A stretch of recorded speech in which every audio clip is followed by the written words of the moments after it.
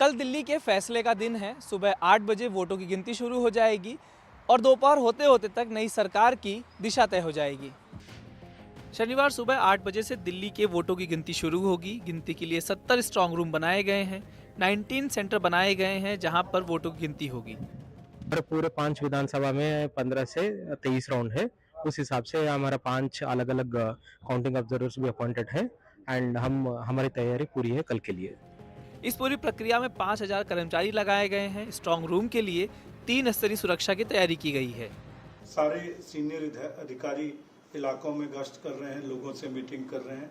जो political parties हैं, candidates हैं, उन लोगों से भी हम लोगों का अच्छी तरह से संपर्क बना हुआ है। तो हमें पूरी उम्मीद है कि पूरी तरह शांति व्यवस्था बरकरार रहेगी। चुनाव आयोग ने बताया कि हर विधानसभा क्षेत्र में 5 वीवीपैट की मतदाता पर्ची की गिनती रैंडम की जाएगी।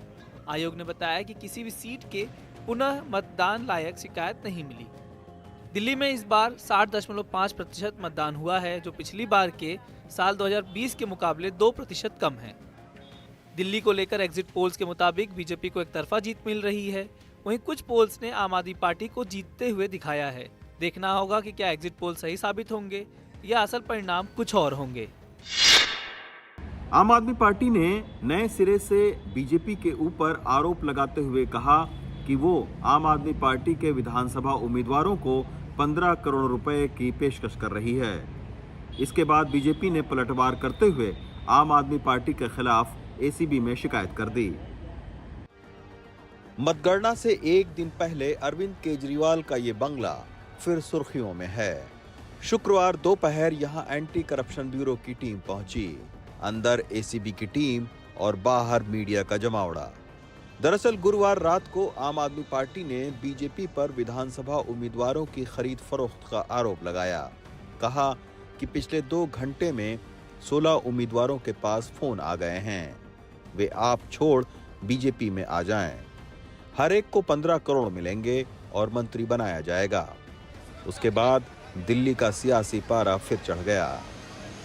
कम से कम अच्छी बात है कि इस मामले में इतनी सक्रियता दिखाई जा रही है।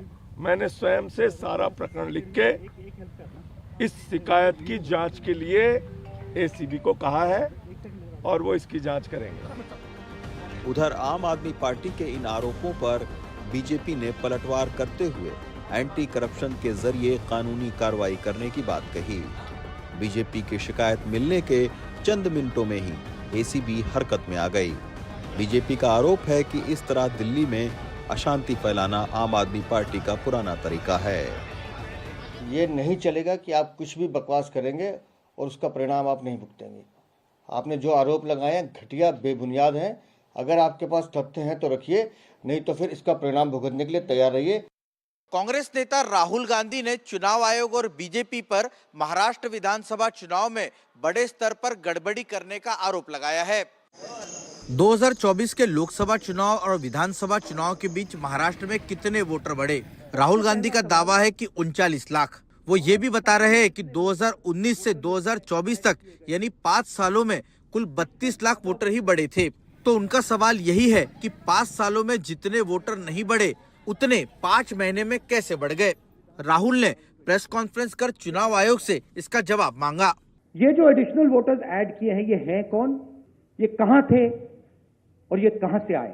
अब हमने इलेक्शन कमीशन को 1 बार नहीं, 2 बार नहीं, 3, 4, 5 बार बोला है कि देखिए हम आरोप नहीं लगा रहे हैं, हम आपसे सिर्फ महाराष्ट्र की वोटर लिस्ट मांग रहे हैं। सशक्त लोकतंत्र में इलेक्शन कमीशन का रोल बहुत जिम्मेदारी का होता है। मुख्यमंत्री देवेंद्र फडणवीस कहते हैं कि दिल्ली चुनाव के नतीजों से पहले ये हताशा कांग्रेस का नया शगुफा है।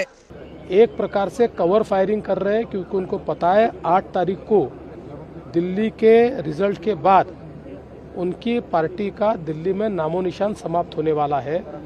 इसलिए उस दिन क्या बोलना और किस प्रकार से नया नैरेटिव तैयार करना, इसकी प्रैक्टिस वो कर रहे हैं। राहुल गांधी ने चुनाव आयोग से बढ़े हुए वोटरों के नाम, पता और पहचान पत्र सार्वजनिक करने की मांग की है। देश की 280 ऐतिहासिक और संरक्षित इमारतों पर एएसआई यानी भारतीय पुरातत्व सर्वेक्षण और वक्फ बोर्ड के बीच विवाद चल रहा है। हाल ही में लोकसभा अध्यक्ष को सौंपी गई जेपीसी की रिपोर्ट में इस बात का खुलासा हुआ है। ये वो संरक्षित इमारतें हैं जिन पर अलग अलग वक्फ बोर्डों ने आंशिक या पूरे तौर पर अपना दावा कर रखा है, जिसके चलते एएसआई और वक्फ बोर्डों के बीच विवाद चल रहा है। दिल्ली में भी ऐसी 75 इमारतें हैं जिन पर वक्फ बोर्ड ने अपनी संपत्ति होने का दावा किया हुआ है। इनमें सफदरजंग मकबरा, फिरोज शाह मकबरा, 5 छतरी, 3 छतरी, पुराना किला, लाल बंगला और जंतर मंतर के पास स्थित उग्रसेन की बावली भी शामिल है। मैं जाकर कलेक्टर को बोलता हूं कि भाई ये इनकी प्रॉपर्टी वक्फ की नहीं है, और कलेक्टर जब इंक्वायरी ऑर्डर कर देगा तो जब तक वो वक्फ की प्रॉपर्टी नहीं रहेगी ना उसमें टाइम पीरियड है। अब कलेक्टर इंक्वायरी लेगा, मेरी वक्फ प्रॉपर्टी खत्म हो गई। महाराष्ट्र में भी ऐसी 53 संपत्तियां हैं जो एएसआई की देखरेख में हैं, लेकिन वक्फ बोर्ड ने दावा किया हुआ है। इनमें औरंगजेब का मकबरा और दौलताबाद का किला भी शामिल है। जेपीसी ने अपनी रिपोर्ट में कहा है कि अगर कोई संपत्ति विवादित है तो प्रस्तावित कानून के मुताबिक वो संपत्ति सरकार की हो जाएगी। कर्नाटका हाईकोर्ट ने राज्य के पूर्व मुख्यमंत्री बीएस येदियुरप्पा को पॉक्सो मामले में थोड़ी राहत दी है। हालांकि इस मामले से जुड़ी एफआईआर को क्वैश करने की उनकी याचिका खारिज कर दी। 81 साल के येदियुरप्पा एक नाबालिग लड़की से छेड़छाड़ के आरोप में सीआईडी जांच का सामना कर रहे हैं। उन्होंने हाई कोर्ट से पॉक्सो के इस मामले को फर्जी बताते हुए एफआईआर खारिज करने की अपील की। इसे अदालत ने ठुकरा दिया। बेशक उन्हें नियमित जमानत दे दी। राज्यದ ಹೈಕೋರ್ಟ್ ಏನು ತೀರ್ಪನ್ನ ಕೊಟ್ಟಿದೆ, येदियुरप्पा मामले में कर्नाटक हाईकोर्ट के फैसले से राहत मिली है। आगे कोर्ट का जो फैसला आएगा हम उसका सम्मान करेंगे। ಅವರಿಗೆ ರಿಲೀಫ್ ಕೊಟ್ಟಿದ್ದಾರೆ, ಯಡಿಯೂರಪ್ಪನವರಿಗೆ ರಿಲೀಫ್ ಕೊಟ್ಟಿರೋದು। हाई कोर्ट ने ट्रायल कोर्ट पर आगे की कार्रवाई का फैसला छोड़ा है। पिछले साल मार्च में एक महिला ने येदियुरप्पा के खिलाफ अपनी बेटी के साथ छेड़छाड़ का आरोप लगाया था। इस मामले की जांच कर रही सीआईडी ने येदियुरप्पा के खिलाफ पॉक्सो एक्ट और उनके 3 सहयोगियों के खिलाफ आईपीसी की अलग अलग धाराओं के तहत मामला दर्ज करवाया था। राजस्थान में फोन टेपिंग का जिन एक बार फिर से बाहर आ गया है और इस बार राजस्थान की भजनलाल सरकार के कैबिनेट मंत्री किरोड़ीलाल मीणा ने ही अपनी सरकार को कटघरे में खड़ा किया है। राजस्थान सरकार में कैबिनेट मंत्री किरोड़ीलाल मीणा के एक बयान से राजस्थान की सियासत में भूचाल आ गया है। किरोड़ीलाल मीणा ने एक कार्यक्रम में राजस्थान की अपनी ही सरकार पर खुद की फोन टेपिंग और जासूसी करने का आरोप लगाया है। चप्पे चप्पे पर मनुष्यवादी की जाती है, टेलीफोन भी रिकॉर्ड किया जाता है। इस मुद्दे को लेकर आज दिन भर राजस्थान विधानसभा में कांग्रेस ने हंगामा किया। सुबह प्रश्नकाल से लेकर शाम को राज्यपाल के अभिभाषण पर मुख्यमंत्री भजनलाल शर्मा के जवाब देने तक विपक्ष सदन में इस मुद्दे पर सरकार की ओर से जवाब की मांग को लेकर नारेबाजी करता रहा। कांग्रेस ने कहा है कि फोन टेपिंग के आरोप बहुत गंभीर हैं, सरकार को जवाब देना होगा। जो फोन टेपिंग का आरोप आपके कैबिनेट मंत्री ने लगाया है उस पे आप जवाब दीजिए। सरकार की ओर से सदन में इस मामले में कोई बयान नहीं दिया गया, लेकिन सदन के बाहर पत्रकारों से बातचीत में गृह राज्य मंत्री ने कहा कि राजस्थान सरकार में फोन टेपिंग जैसी कोई बात नहीं है। ये काम अशोक गहलोत की सरकार के समय होता था। विपक्ष के आरोप निराधार हैं। मुद्दे को बना करके सदन के समय को गुमराह करने का काम कर रहा है। दरअसल राजस्थान में 1 साल पुरानी भजनलाल सरकार के लिए किरोड़ीलाल मीणा बड़ा सरदर्द बन चुके हैं। देखना होगा कि उनके इन ताजा आरोपों के बाद भाजपा केंद्रीय नेतृत्व इस मामले में क्या हस्तक्षेप करता है। आपने जो होम लोन लिया है या फिर अगर गाड़ी के लिए लोन लिया है, अब उसमें कुछ राहत की उम्मीद की जा सकती है, क्योंकि आरबीआई ने रेपो रेट में 25 बेसिस पॉइंट तक की कटौती करने का फैसला किया है। करीब 5 साल बाद आरबीआई मॉनेटरी पॉलिसी कमेटी ने आम राय से रेपो रेट में 25 बेसिस पॉइंट की कटौती करने का फैसला किया। इस फैसले के साथ ही रेपो रेट 6.5% से घटकर 6.25% हो गया है। The MPC unanimously decided to reduce the policy rate by 25 basis points from 6.5% to 6.25%. RBI के इस फैसले से मिडिल क्लास को राहत मिलने की उम्मीद है, क्योंकि इस फैसले के बाद हर तरह के लोन की ब्याज दरों में कमी आ सकती है। इससे बैंक लोन की ईएमआई घट सकती है। इससे जहां मार्केट में पॉजिटिव इम्पैक्ट आएगा, वहीं दूसरी ओर लोगों की स्पेंडिंग बढ़ेगी। इस बीच भारतीय अर्थव्यवस्था के लिए एक और बड़ी खबर आई है। देश के सबसे बड़े सरकारी bank state bank of India का तीसरी तिमाही में नेट मुनाफा पिछले साल के मुकाबले 84% बढ़कर 891 करोड़ तक पहुंच गया। मुंबई नारकोटिक्स कंट्रोल ब्यूरो ने 200 करोड़ रुपए की ड्रग्स को जब्त कर इस मामले में 4 लोगों को गिरफ्तार किया। वहीं मामले की जांच के दौरान एनसीबी को इस मामले में इंटरनेशनल लिंक्स भी मिले हैं। 200 करोड़ रुपए की ये drugs Mumbai narcotics control bureau ने जब्त की है। इस मामले में 4 आरोपी भी गिरफ्तार किए गए हैं। पिछले महीने 200 ग्राम कोकीन की जब्ती के दौरान जब जांच आगे बढ़ाई गई, तब कई सुराग मिले, जिनके आधार पर ये कार्रवाई हुई। एनसीबी द्वारा बरामद ड्रग्स है 11.540 किलोग्राम उच्च गुणवत्ता वाली cocaine, 4.9 kilogram hybrid strain hydroponic weed, 200 packet cannabis, साथ ही 1,60,000 रुपए कैश भी बरामद किए गए। ये मामला तब खुला जब एक अंतर्राष्ट्रीय कुरियर एजेंसी का एक पार्सल बरामद हुआ, जिसे ऑस्ट्रेलिया भेजा जाना था।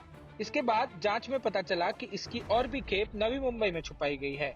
फिर तकनीकी और ह्यूमन इंटेलिजेंस का सहारा लिया गया। जांच में यह भी खुलासा हुआ कि इस मामले में शामिल लोग एक दूसरे के लिए अनजान थे, जो ड्रग्स की तस्करी पर रोज की बातचीत के लिए अलग नामों का इस्तेमाल करते हैं। राजस्थान में भ्रष्टाचार निरोधक इकाई भ्रष्ट अधिकारियों एवं कर्मचारियों पर कार्रवाई तो करती है, लेकिन अभियोजन स्वीकृति न मिलने के कारण यह अंजाम तक नहीं पहुंच पाती। पिछले 2 साल में 180 भ्रष्ट कर्मचारियों के खिलाफ चालान पेश नहीं हो पाए, क्योंकि एसीबी को अभियोजन की स्वीकृति नहीं मिली। एसीबी को सरकारी कर्मियों के विरुद्ध चालान पेश करने के लिए उनके विभाग से अनुमति लेनी होती है। कई मामलों में एफआईआर भी बगैर परमिशन दर्ज नहीं की जा सकती। विधानसभा में भाजपा विधायक कालीचरण सराफ ने पूछा कि एसीबी को कितने मामलों में स्वीकृति मिली है। प्रदेश के सतर्कता आयुक्त ने सभी विभागों के एचओडी को पत्र लिखकर अधिकतम 3 महीने में अभियोजन स्वीकृति देने के आदेश दिए हुए हैं, तो फिर ये क्यों नहीं हुआ? 16 साल से केस पेंडिंग पड़े हैं। एसीबी ने आपको लिख के दिया और उसके नहीं हुए, और वो इसलिए नहीं हो रहे कि अधिकारी आपस में मिले हुए रहते हैं। जवाब में मंत्री गजेंद्र सिंह खींवसर ने बताया कि पिछले 2 साल में 1189 मामलों में स्वीकृति दी गई है और 403 मामले लंबित हैं। एसीबी की जो प्रोग्रेस रही है, मैं सोचता हूँ उसके अंदर कोई कमजोरी नहीं रही है। उसके अलावा आप सोचते हैं कि कोई पर्टिकुलर केसेस हैं जो यूं ड्रैग ऑन कर रहे हैं, उसके बारे में आप सूचना दें, तो उसके बारे में हम और पिन पॉइंटेड जांच करके आपको जवाब दे देंगे। एसीबी के डीजी भी मानते हैं कि अभियोजन स्वीकृति की दर संतोषजनक नहीं है। इन दिनों काफ़ी अभियोजन स्वीकृति और 17A की आने भी लगी हैं, बट निश्चित रूप से स्थिति संतोषजनक नहीं है और ये प्रक्रिया और तेजी लाई जा सकती है, पेंडेंसी कम की जा सकती है। बिहार में पुलिस की बर्बरता की एक और घटना सामने आई है। इस बार वैशाली जिले में एक व्यक्ति की पुलिस ने निर्दयता से इसलिए पिटाई कर दी क्योंकि मुखिया ने कहा था जितनी लाठी मारोगे उतने पैसे मिलेंगे। वैशाली जिले के कटहरा थाने के सुमेरगंज में रहने वाले बलिराम के पूरे शरीर पर काले लाल निशान हैं। वो अब भी दर्द से करा रहे हैं। वो बेटी को बोर्ड की परीक्षा दिलाने गांव आए। सरस्वती पूजा के विसर्जन के दौरान एक दुकानदार से मामूली विवाद उन पर भारी पड़ गया। उन्हें थाने ले जाया गया और मुखिया के आदेश पर बड़ी बुरी तरह मारा पीटा गया। 8 मिलकर हमको बहुत बेरहमी से कितना पाँव पकड़े, बोले कि सर हम एग्जाम में आए थे बच्चे का, हम अकेलवा कमाने वाला नहीं, बेटा तुमको बहुत मारेंगे, हम जितना मारेंगे उतना पैसा आएगा। मुखिया पिता। पुलिस की सफाई है कि युवक का किसी से झगड़ा हुआ था और वह बाजार में हंगामा कर रहा था, लेकिन थाने में इतनी भयावह पिटाई को लेकर कोई कुछ नहीं बोल रहा, बस मामले की जांच कराने की बात हो रही। उसे अनुशासित करते हुए थाने पर रखती है। इस क्रम में चोट आई होगी तो कहा नहीं जा सकता और इस संबंध में जांच चल रही है। जांच का प्रतिवेदन आने के बाद ही विशेष रूप से बताया जा सकेगा। इस मामले में अब तक कोई एफआईआर भी दर्ज नहीं हुई। पीड़ित बलिराम आंध्र प्रदेश में मजदूरी करते हैं। फिलहाल वो अस्पताल के बेड पर करहा रहे हैं। कानून सबके लिए समान है, कम से कम कानून तो यही कहता है, लेकिन क्या आप यकीन करेंगे कि सड़क पर बगैर दस्तावेज अगर आप गाड़ी चलाएं तो उसका चालान हो सकता है, जब्त हो सकती है गाड़ी, जुर्माना हो सकता है, लेकिन इसी कानून का अनुपालन कराने वालों की गाड़ियां बगैर रजिस्ट्रेशन, बगैर नंबर प्लेट और बगैर बीमा के दौड़ रही हैं। अगर आप बिना बीमा या हेलमेट के 2 पहिया वाहन चला रहे हैं, बिना वैध दस्तावेजों के 4 पहिया वाहन चला रहे हैं तो जुर्माना लगना तय है। लेकिन अगर हम आपको बताएं कि वही पुलिस जो मोटर व्हीकल एक्ट के प्रावधानों को लागू करवाने कमर कस के तैयार रहती है, वो खुद बिना फिटनेस, बिना बीमा और कई बार तो बगैर नंबर प्लेट के गाड़ियां चला रही है। किशोर कुमार 38 साल से पुलिस में है, गाड़ी चलाते हैं, बताते हैं दस्तावेज देखे नहीं। बोलते तो हैं अधिकारी लोग कि इसका बीमा नहीं होता है, वज्रवाहन का काम लड़ाई झगड़े दंगे फसाद को संभालना है, लेकिन ये सरकारी गाड़ी कैसे संभलेगी किसी को नहीं पता। ये तो शासन के ऊपर रहता है। दुकान में टाटा सूमो दिखे न दिखे पुलिस की सेवा में हाजिर है। पुलिस कंट्रोल रूम में जब हमने गाड़ी देखी, सवाल पूछे तो गाड़ी दौड़ पड़ी। ये कंडम गाड़ियां हमने आपको दिखा दी, लेकिन पुलिस के अफसर कहते हैं फिटनेस से वो समझौता नहीं करते, बीमा राशि भी देते हैं। फिटनेस और बाकी प्रावधान में बिल्कुल उच्चतम स्तर पर रखना सुनिश्चित किया जाता है, उसमें किसी तरह का कोई समझौता नहीं किया जा सकता। कानून सभी के लिए समान है, लेकिन मध्य प्रदेश में ऐसा लगता है आम जनता और पुलिस के लिए अलग अलग नियम हैं। बीमा तो शासन को अपनी गाड़ियों को कराना ही चाहिए। शासन का बहुत भारी व्यय होता, तो इसलिए उन वाहनों को छूट प्रदान की गई। कहते हैं पुलिस से दूर रहना हमेशा बेहतर होता है, लेकिन आजकल पुलिस की गाड़ियों से भी काफी बचकर रहने की जरूरत है। खुदा न खास्ता आप अगर पुलिस की गाड़ी की चपेट में आ गए तो न क्लेम मिलेगा न कोई मुआवजा। महाकुंभ में आज एक बार फिर आग लग गई। इसमें 20 से 22 टन जलकर राख हो गए। आग इतनी भीषण थी कि जब तक दमकल की गाड़ियां पहुंची तब तक पूरा पंडाल जलकर राख हो गया था। महाकुंभ में सेक्टर 18 स्थित शंकराचार्य मार्ग पर संत हरिहरानंद का पंडाल है। यहाँ शुक्रवार सुबह 11 बजे करीब आग लग गई। आग की लपटें इतनी भयानक थी कि उसका धुआं काफी ऊपर तक उठा। तत्काल हमारी जो फायर की टीम है उन लोगों ने इसको काम करना शुरू किया और कुछ ही मिनट में आग पे काबू पा लिया गया है। इसमें जनहानि कोई नहीं है, संपत्ति हानि हुई है, उसका आकलन अभी कराया जाएगा। प्रत्यक्षदर्शियों के अनुसार आग पंडाल के पीछे बने वीवीआईपी कॉटेज से शुरू हुई, जो हवा तेज होने की वजह से आगे तक पहुंच गई। हालांकि समय रहते ही दमकल की गाड़ियां मौके पर पहुंच गई और 40 मिनट के भीतर ही स्थिति को सामान्य कर लिया गया। फिलहाल इस घटना में कोई जनहानि नहीं हुई है, लेकिन कीमती सामान जलकर राख हो गए। देशभक्ति से भरपूर अक्षय कुमार और वीर पहाड़िया की फिल्म स्काई फोर्स देखने पहुंचे वो पुलिस वाले जिनकी अभी ट्रेनिंग चल रही है, ताकि इस फिल्म से वो कुछ प्रेरणा ले सके। सफेद कपड़ों में सिनेमाघर की तरफ बढ़ते ये कदम अक्षय कुमार की फिल्म स्काई फोर्स की ओर कदम ताल कर रहे हैं। सफेद कपड़ों में इतने सारे लोग आखिर किस लिए? ये सब जो है नए नए पुलिस में दाखिल हुए लोग हैं, पूरे महाराष्ट्र के हैं। ये 9 महीने के अंदर सब कैंपस में रहते हैं, तो इसमें अपना जो वेलफेयर पुलिस वेलफेयर फंड होता है, जो पुलिस ट्रेनिंग सेंटर का वेलफेयर फंड है, उसमें से पैसा खर्च करके इनको ये मूवी दिखाने के लाया गया है। यहाँ पर फिल्म देखने आए प्रशिक्षणाधीन जवानों की संख्या यहाँ कुल 580 है और फिल्म के लिए ये काफी उत्साहित दिखे। ड्रेस में पहली बार बाहर आकर के बहुत फक्र महसूस हो रहा है कि हमारे पूरे इंस्ट्रक्टर और पूरे साहब लोग हमारे साथ हैं और इनके साथ पहली बार मौका मिल रहा है कि पहली फिल्म देख रहे हैं हम। जब मैंने सुना कि उनकी फिल्म है तो मैंने बहुत अवेयर हो गया कि मैं फिल्म बहुत अच्छी तरह से देखूंगा। फिल्म में देशभक्ति के जज्बे ने पुलिस के इन जवानों को यहाँ आने पर मजबूर किया है। क्लीन एंड अदर थिंग्स ये सब और देश प्रेम ये सब ये करने के लिए लोगों में हमारे बच्चों में वो जागरूकता लाने के लिए ये जरूरी है। स्काई फोर्स ने देश में 105 करोड़ और दुनिया भर में करीब 158 करोड़ का कारोबार किया है और फिल्म अभी भी सिनेमाघरों में है। प्रियंका चोपड़ा इन दिनों भारत में है और अपने भाई की शादी में फिलहाल व्यस्त है, लेकिन भारत आते ही देसी गर्ल ने ऐसा हाथ मारा कि भारतीय सिनेमा के बड़े बड़े विलन्स को धूल चटा दी। संजय दत्त, कमल हासन, विजय सेतुपति, बॉबी देओल जैसे भारतीय सिनेमा के बड़े कलाकारों पर बॉलीवुड की देसी गर्ल भारी पड़ गई है। विलन तो ये सब भी बने, लेकिन प्रियंका चोपड़ा ने इन सबको पछाड़ते हुए टॉप विलन का ताज अपने सर सजा लिया है। दरअसल प्रियंका एसएस राजामौली की फिल्म में विलन की भूमिका निभाने जा रही हैं और इसके लिए वो 30 करोड़ की मोटी रकम वसूल रही हैं, जो अब तक भारतीय सिनेमा के किसी भी विलन को मिलने वाली सबसे ज्यादा रकम है। इसकी वजह क्या है, सुनिए। प्रियंका चोपड़ा एक बहुत बड़ा ब्रांड है, न सिर्फ नेशनल वो इंटरनेशनल ब्रांड है और उसके पास एक सक्सेसफुल फिल्मों की रेपेटरी है। तो भारतीय सिनेमा में भी जितनी फिल्में उसने की वो सक्सेसफुल फिल्में की, हॉलीवुड में वो कई सारे प्रोजेक्ट्स कर रही है, तो उसने अपना एक ब्रांड बनाया, इंटरनेशनल ब्रांड बनाया। और जब एक ब्रांड किसी प्रोडक्ट के साथ या किसी प्रोजेक्ट के साथ जुड़ता है तो उस ब्रांड की वैल्यू भी होती है और इसीलिए प्रियंका चोपड़ा के उस ब्रांड को अपने फिल्म में इनकॉर्पोरेट करने के लिए इतनी लंबी चौड़ी फीस दी जा रही है, जो अभी तक किसी विलन ने भारतीय सिनेमा में नहीं ली है। प्रियंका इससे पहले बॉलीवुड ही नहीं हॉलीवुड फिल्मों में भी विलन बन चुकी है। ऐतराज, सात Khoon Maaf, Yakeen, Baywatch, we can be heroes में उनके नेगेटिव किरदार को खूब सराहा गया। साथ ही बॉक्स ऑफिस पर भी इन फिल्मों ने जबरदस्त कारोबार किया है। ऐसे में प्रियंका को ऐसे रोल्स के लिए कैश करना फिल्म मेकर्स के लिए अच्छा सौदा साबित हो सकता है।